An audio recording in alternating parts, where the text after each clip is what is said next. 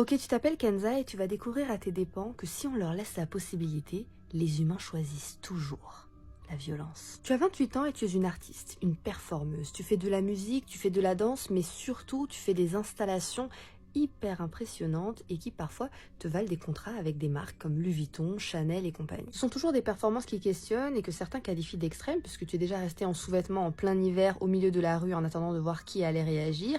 Tu es resté au-dessus d'une grue pendant plusieurs heures assis sans boire ni manger. Tu es suspendu à un arbre la tête à l'envers, attaché par les pieds pendant plusieurs heures. Tu t'es fait percer le corps à tous les endroits possibles et imaginables, même les piercings les plus rares et les plus dangereux, tu les as fait en même temps pour une performance artistique. Bref, tu es une artiste de l'extrême, tu n'as pas peur d'aller loin et surtout, tu joues avec les codes d'internet, notamment avec des vidéos qui font parler, qui font du buzz.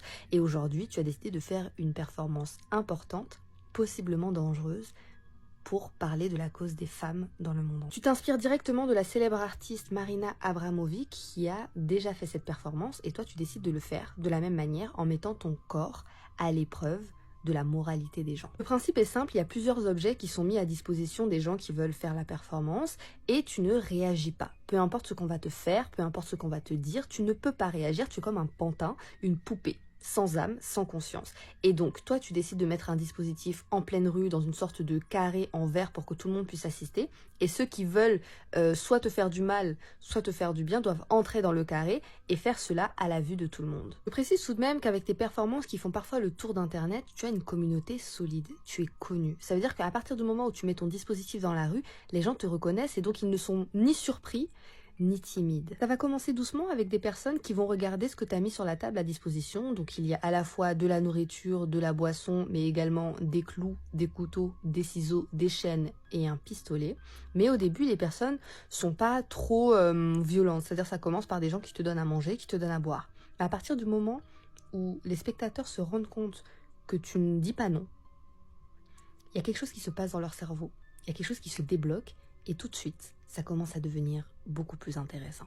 On va te couper les cheveux à ras. On va découper tes vêtements pour que tu te retrouves à nu devant tout le monde. Et malgré les tentatives des personnes qui t'aiment bien de te recouvrir, ceux qui ont des mauvaises intentions sont beaucoup plus nombreux. Ils te mettent à nu, tu es recouverte de boissons, tu es recouverte de nourriture, on utilise des clous pour te blesser, des ciseaux pour te découper la peau, des feutres pour dessiner sur ton corps, et puis les hommes te touchent. Il te touche à tous les endroits, à toutes tes parties intimes. Là, tu commences à craquer, tu arrives au point de rupture, tu as envie d'arrêter l'expérience, mais tac, tu sens une piqûre dans ta cuisse. Tu ne sais pas ce que c'est, la personne qui était dans la pièce avec toi est partie. Et c'est là que tu commences à sentir ton corps qui s'engourdit. Donc tu t'assois sur la chaise que tu as mis à disposition, et puis tu n'arrives plus à bouger. Et pourtant, tu es bien consciente. Tu vois ce qui se passe autour de toi, mais tu ne peux plus rien faire, tu ne peux plus rien dire. Tu essaies d'envoyer des signaux avec tes yeux à ton équipe pour faire comprendre que quelque chose ne va pas, mais personne ne te croit, personne ne comprend, parce qu'ils ont l'impression que ça fait partie de la performance. Et là, un homme entre. Tu vois bien dans son regard que quelque chose est différent. Il a le regard froid, calculateur, vide. Il va tout de suite récupérer les ciseaux et il commence à te découper la peau devant tout le monde. Et toi, tu es incapable de crier, mais tu ressens toute la douleur et toute la terreur qui va avec cette rencontre. Les gens dehors sont horrifiés, mais comme tu ne réagis pas, ils se disent que ça fait forcément partie de la performance, et donc ils te regardent. Ils ne font rien.